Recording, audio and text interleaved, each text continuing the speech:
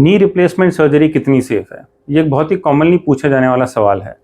तो मैं हमारे दर्शकों को बताना चाहता हूँ कि नी रिप्लेसमेंट सर्जरी आज की डेट में second most commonly done procedure है और इसमें कॉम्प्लिकेशन रेट 0.5% से भी कम है।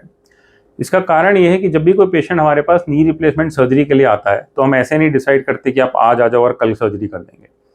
हम हमारे सेंटर में हमेशा पेशेंट का पहले शुगर, बीपी, थायराइड या कोई भी ब्लड टेस्ट जो सर्जरी से पहले हमें चाहिए वो हम करके असर्टेन करते हैं कि पेशेंट का लिवर, किडनी, थायराइड, हार्ट ये सारी चीज़ें ढंग से काम कर रही हैं कि नहीं। अगर कोई भी किसी भी तरह की दिक्कत है, पेशेंट का शुगर कंट्रोल में नहीं है या फिर ब्लड प्रेशर कंट्रोल में नहीं है, तो हम उसको भी पहले कंट्रोल करते हैं। चीज़ों को ऑप्टिमाइज़ करके, पेशेंट के हार्ट की कंडीशन जान के या उसके लिवर, किडनी की कंडीशन जान के तभी हम पेशेंट को सर्जरी के लिए पोस्ट करते हैं। दूसरी चीज़, हम हमेशा ये ध्यान रखते हैं कि पेशेंट को इन्फेक्शन ना हो। सर्जरी के बाद भी पेशेंट को किसी तरह का इन्फेक्शन ना हो, इसके लिए हम सर्जरी के पहले से ही तैयारी शुरू कर देते हैं। हम सारे पेशेंट्स का अपना नेज़ल स्वैब या फिर यूरिनरी ट्रैक इन्फेक्शन को बहुत सीरियसली ट्रीट करते हैं। पेशेंट के एडमिट होने से पहले अगर ज़रूरत हो तो हम तब भी पेशेंट को एंटीबायोटिक शुरू करते हैं, या फिर एडमिशन के बाद सर्जरी से 24 घंटा पहले ही हम आईवी एंटीबायोटिक्स भी शुरू कर देते हैं। और पेशेंट का अगर यूरिनरी इन्फेक्शन है तो उसको भी बहुत एग्रेसिवली ट्रीट करते हैं। इसके अलावा पेशेंट को सर्जरी के बाद किसी तरह की दिक्कत ना हो, कोई ब्लड क्लॉट ना बने, इसके लिए भी हम डीवीटी प्रोफाइलैक्सिस बहुत एग्रेसिवली देते हैं। सर्जरी के बाद भी हम पेशेंट को अगले ही दिन चलाने की कोशिश करते हैं ताकि अगले दिन पेशेंट चल जाए, ब्लड क्लॉट्स ना इकट्ठे हो। सर्जरी के बाद हर पेशेंट को हम डीवीटी पंप्स भी लगाते हैं ताकि पैर में कहीं पे भी ब्लड इकट्ठा ना हो। इसके अलावा सर्जरी के कुछ घंटों बाद ही हम ब्लड थिनर्स पे भी पेशेंट को शुरू कर देते हैं और घर के लिए भी 2 से 3 हफ्ते के लिए पेशेंट को हम ब्लड थिनर देते हैं।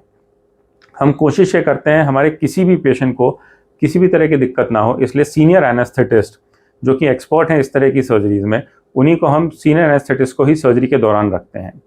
इसके अलावा हम हमारे पेशेंट्स को किसी भी तरह का इम्प्लांट रिलेटेड रिएक्शन ना हो, इसलिए बेस्ट क्वालिटी इम्पोर्टेड इम्प्लांट ही डालते हैं। और अगर किसी को कोई रिएक्शन की हिस्ट्री है तो भी हम, अगर गोल्ड प्लेटेड इम्प्लांट की भी ज़रूरत है तो हम वो भी डाल देते हैं। इसके अलावा अगर पेशेंट को ये डर रहता है कि सर्जरी के बाद क्या मेरा दर्द पूरी तरह से जाएगा या नहीं जाएगा, तो उसमें भी ये अच्छी बात यह है कि आजकल हम रोबोटिक नी रिप्लेसमेंट सर्जरी करते हैं, जिससे कि हम पेशेंट को एग्जैक्ट फिट इम्प्लांट देते हैं जो कि उसकी बॉडी के हिसाब से बेस्ट इम्प्लांट है, बेस्ट साइज़ है। और रोबोटिकली जब हम इस सर्जरी को करते हैं तो उसका अलाइनमेंट भी बेस्ट रहता है। तो पोस्ट ऑपरेटिव पेन जो पहले पेशेंट्स को काफ़ी टाइम तक परेशान करता था, वो भी अब बहुत जल्दी ठीक हो जाता है और रिहैबिलिटेशन जो है पेशेंट का वो बहुत ही फास्ट हो जाता है।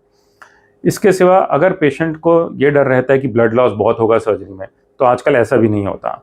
हम अंडर टूनिके या फिर एक ऐसा तरीका रहता है जिससे कि हम ब्लड लॉस को ऑलमोस्ट बहुत ही मिनिमल कर पाते हैं सर्जरी में, ताकि ब्लड लॉस हो ही ना और पेशेंट को पोस्ट ऑपरेटिव में आजकल ब्लड चढ़ाने की भी ज़रूरत नहीं पड़ती। तो इसलिए पेशेंट को किसी भी तरह का एक्सेसिव ब्लीडिंग की तरह से होने वाला कॉम्प्लिकेशन भी नहीं रहता। इसके सिवा काफ़ी पेशेंट्स को ये रहता है कि क्या सर्जरी के बाद नॉर्मल पहले की तरह चल पाएंगे कि नहीं। तो आजकल जो इम्प्लांट्स आते हैं उनकी लाइफ भी बहुत अच्छी रहती है, 20 से 25 साल तक की इम्प्लांट की लाइफ रहती है। और उसमें भी काफ़ी डिज़ाइन आते हैं, जैसे कि एक हाई फ्लेक्स डिज़ाइन भी होता है जिसमें कि पेशेंट को अगर लगता है कि सर्जरी के बाद घुटना कितना मुड़ेगा या पूरा मुड़ पाए, ऐसा इस तरह का प्रोफेशन है पेशेंट का, तो हम उस तरह का डिज़ाइन यूज़ करते हैं ताकि पेशेंट अपनी नॉर्मल लाइफ में जल्दी से जल्दी वापस चला जाए। Thank you. अगर आपको हमारा ये वीडियो पसंद आया तो हमारे चैनल को सब्सक्राइब करना ना भूलें और ज़्यादा से ज़्यादा शेयर करें।